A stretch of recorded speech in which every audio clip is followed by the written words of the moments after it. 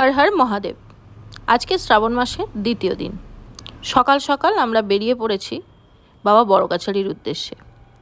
একদম প্ল্যানিংটা হয়েছে কালকে রাত্রে, একদম সকালবেলা বেরোনোর কথা 4টের দিকে, কিন্তু আমরা কেউই 4টের দিকে উঠতে পারিনি। তাই 4টে নয়, আমরা জাস্ট বাড়ি থেকে বেরোলাম, তখন বাজে 5টা 10। আমি স্নান করে নিয়েছি, আর রিমো, কৌশিক ওরা কেউ এখনও স্নান করেনি। বাট ছেলেদের নাকি কোনো কিছুতেই কিছু অসুবিধা হয় না, এটাই আমাদের মেয়েদের প্রবলেম, কী আর করব। আমি স্নান টান করে রেডি হয়ে যাচ্ছি, বাট ওরা করেনি, ভালো কথা। তারপরে আমরা বাগড়ায় পৌঁছে গেছি, আর ফুলের দোকানটাতে দাঁড়িয়েছি, আর কোন ফুল নেওয়া যায় দেখছি। আকন্দ ফুলের মালাটা পাবো কিনা সেটাও দেখলাম, যে হ্যাঁ পেয়ে গেছি।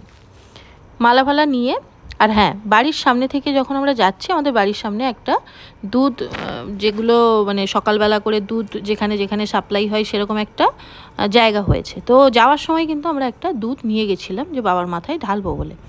আর সেই দুধটা কোনো প্যাকেটে দেয়নি, এমনি নর্মাল দিয়েছিল। এবং সেই দুধটা নিয়ে আমরা জাস্ট, কৌশিক বলল বাইকের সামনে রেখে দেবো। আমি তখনই বলেছিলাম হয়তো পড়ে যেতে পারে, যাই হোক। ওই সময় এসে আমরা দেখলাম যে দুধটা পড়ে গেছে। তো আবার ব্যাকে গেছিলাম, গিয়ে একটা দুধ নিয়েছি। বাট যে দুধটা পড়ে গেছিলো সেটাও কিন্তু আমরা খুঁজেও পেয়েছি। মানে একজন এসে আমাদের বলল যে তোমরা কি এরকম, তোমাদের থেকে কি দুধ পড়ে গেছে, আমি একটা দুধ পেয়েছি। তো যাই হোক, ফিরিয়েও দিল বাবা। তারপর আমরা এই দোকানটা থেকেই কিন্তু সবসময় যতবার বড়গাছালিতে যাই, এই দোকান থেকে সব পুজোর ডালা নিই। তো এই দোকান থেকে নিলাম, আর এখানে আমি বেলপাতাগুলো একটু দেখছিলাম যে ফ্রেশ আছে কিনা। আর তারপর যথারীতি চলে গেছিলাম বাবার ঘাটে। ঘাটে গিয়ে একটু পা ধুয়ে আর ঘটে করে জল নিয়ে নেব। গিয়ে একটা নতুন জিনিস আমি দেখলাম, আর হঠাৎ করে আমার মধ্যে এটা স্ট্রাইক করলো যে আমরা মাছ বা আঁশ, কোনো জায়গায় আঁশ আছে, মানে মাছে হাত দিয়েছি বা কিছু, সেগুলো নিয়ে যখন ঠাকুরের কোনো কিছু করি, আমাদের মধ্যে একটা ধারণা যে এরকমভাবে ঠাকুরের কিছু করা যায় না, আঁশ হয়ে গেছে।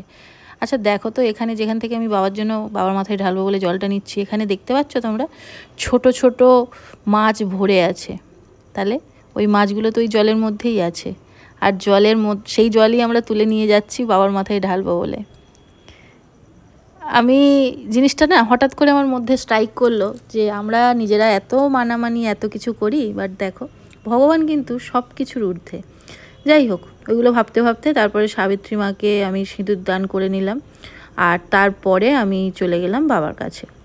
যেহেতু একটু বেলা করে গেছিলাম, ভেবে নিয়েছিলাম যে আজকের প্রচণ্ড ভিড় হবে, বাট গিয়ে দেখো একদমই ফাঁকা। হ্যাঁ, একদম যে কেউই ছিল না সেটা নয়, 2-4 জন তো ছিলই, বাট সেইভাবে কোনো কষ্ট করতে হয়নি বাবার মাথায় জল ঢালতে।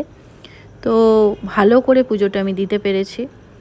আর শ্রাবণ মাসের আজকে দ্বিতীয় দিন আমি বাবার কাছে পৌঁছে গেলাম, আর বাবার কাছে আমি মাঝে মাঝেই যাব, পুরো শ্রাবণ মাসটা জুড়েই যখনই মন টানবে বাবার কাছে আমি চলে যাব। সকালবেলা সত্যি পুজোটা দেওয়ার পরে মনটা খুব ভালো হয়ে গেছিলো। আর তারপরে একজন হরিলুট দিচ্ছিল, সেইখান থেকে একটুখানি বাতাসা তুললাম। তবে হ্যাঁ, এখানে থেকে আমি এখন কিছু খেতে পারবো না, কিন্তু রিমোর খুব খিদে পেয়ে গেছে, ও কন্টিনিউ খিদে পাচ্ছে করছে। তাই কৌশিক ওকে বলছে তুমি কি শুধু খেতে এসছো এখানে? তো যাই হোক, ওখান থেকে বেরিয়েই যার জন্য যেতে হলো আমাদের জয়দেব সুইটসে। আর আমি এখন খেতে পারবো না, কারণ আমার বাড়ির মহাদেবকেও জল দেওয়া হয়নি, আমার গপুকেও তোলা হয়নি। তো সেই জন্য আমি গেলাম মিষ্টি দোকানে, গিয়ে একটু গপুর জন্য মিষ্টি নিয়ে নিলাম, ঠাকুরের জন্য একটু মিষ্টি নিয়ে নিলাম, আর ওদের জন্য কচুরি নিয়ে বাড়ি চলে এলাম। তারপর বাড়ি এসেই প্রথম যেটা করলাম, ছাদে গেলাম ফুল তুলতে, আর গিয়ে দেখলাম এই নতুন ফুলটা আজকের ফার্স্ট টাইম কিন্তু ফুটেছে। তো চলো এই ব্লগটা এখানে এন্ড করছি, পরের পার্ট দেখার জন্য কিন্তু অবশ্যই ওয়েট করো। টাটা।